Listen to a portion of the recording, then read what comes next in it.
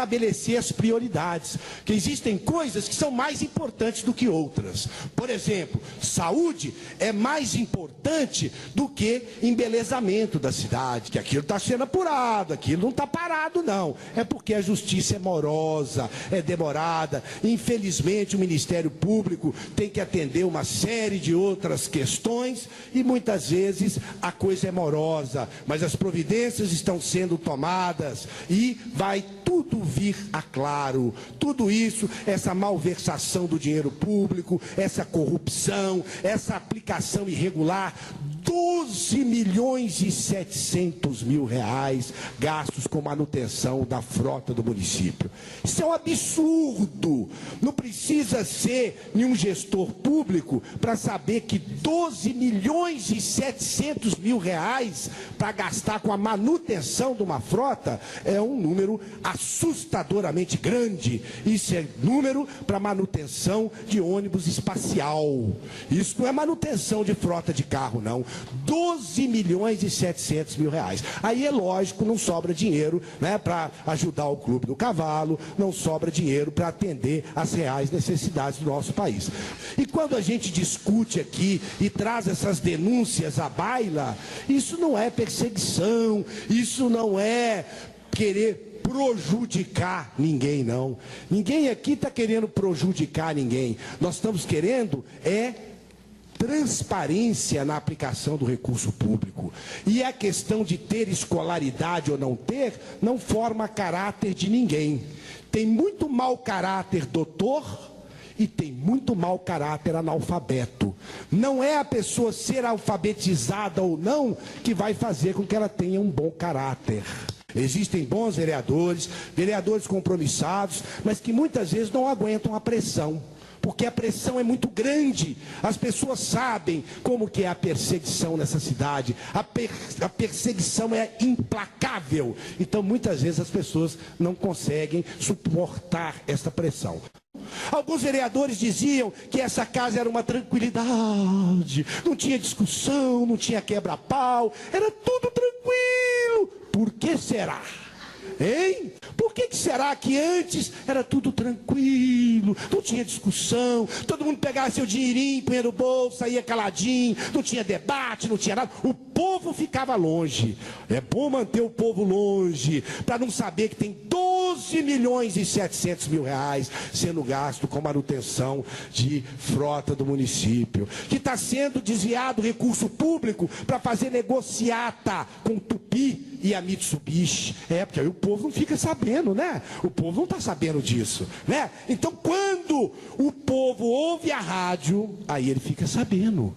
Por isso é que a rádio é um instrumento importantíssimo para a democracia, sobretudo no nosso município, onde a mentira é todo o tempo veiculada. E aqui se utiliza aquela estratégia de Joseph Goebbels, que foi o chefe da propaganda nazista. Ele falava que uma mentira repetida 1000 vezes torna-se verdade. Um monte de mentira, doutor Cici vai caçar seu emprego, doutor Cici está te prejudicando, doutor Cici só está denunciando, ele não faz nada.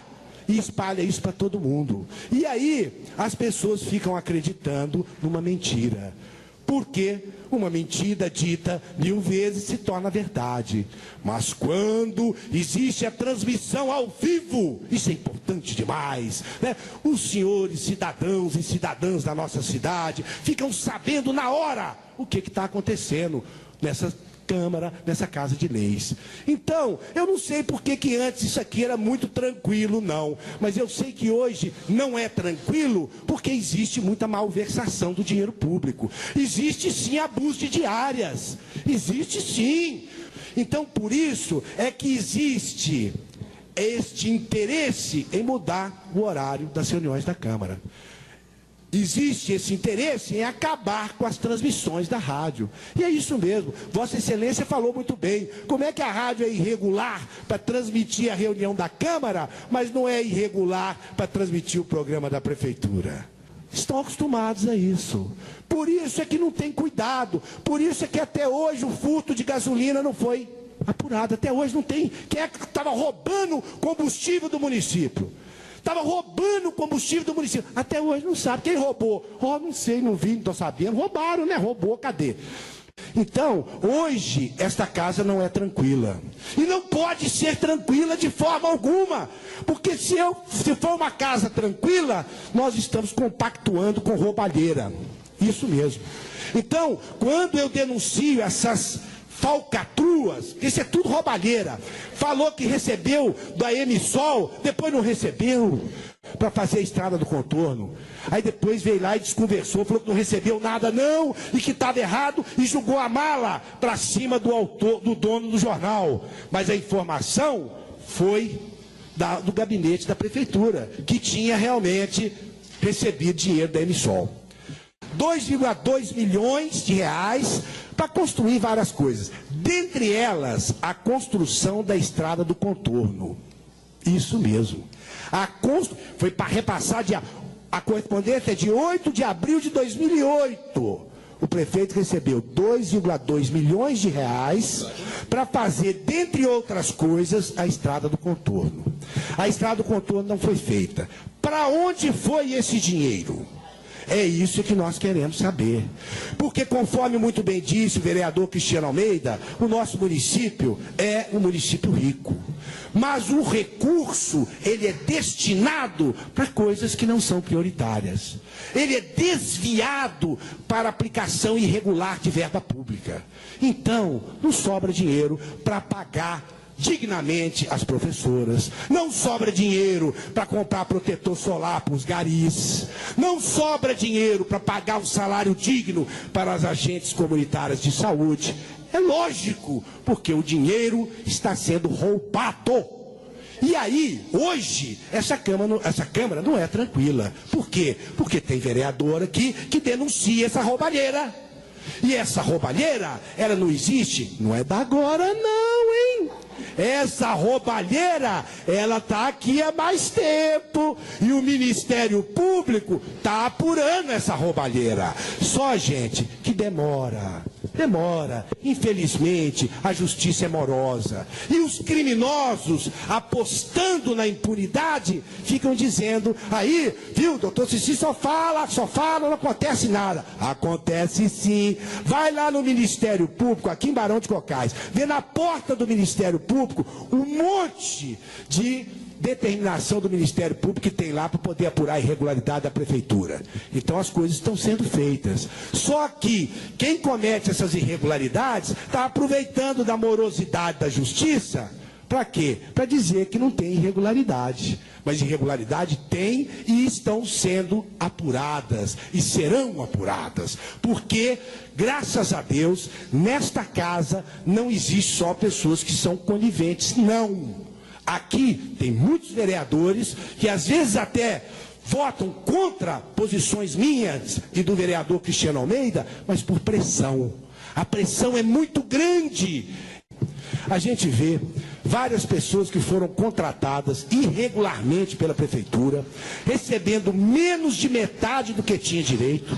Foi contratado irregularmente para receber menos de metade do que tinha direito. Isso é muito comum, principalmente entre os contratados de enfermagem. Tinha enfermeira que estava recebendo menos de metade do enfermeiro que recebe do PSF, aí depois vai te cobrar isso, e vai te cobrar isso o resto da vida, porque você estava desempregado, eu te arrumei aquele empreguinho, e dá cobertura às bandalheiras que estão acontecendo no nosso município há muito tempo. Só que hoje acabou, mas isso aqui era sempre um silêncio sepulcral, que parece muito com conivência. Mas hoje não. Hoje nós estamos aqui com destemor, denunciando essas falcatruas, denunciando no Ministério Público, denunciando nesta casa, e mais importante do que isso, denunciando para a população, para o povo dessa cidade, para que a gente possa construir uma cidade melhor. Então salta aos olhos que existe malversação do dinheiro público. Salta aos olhos que o dinheiro público está sendo mal aplicado, que o dinheiro público está sendo aplicado para fazer politicagem. Naquela velha política do século XVIII, do toma lá, dá cá. toma lá dinheiro de corrupção, dinheiro público, e me dá cá o seu voto, eu só quero o seu voto.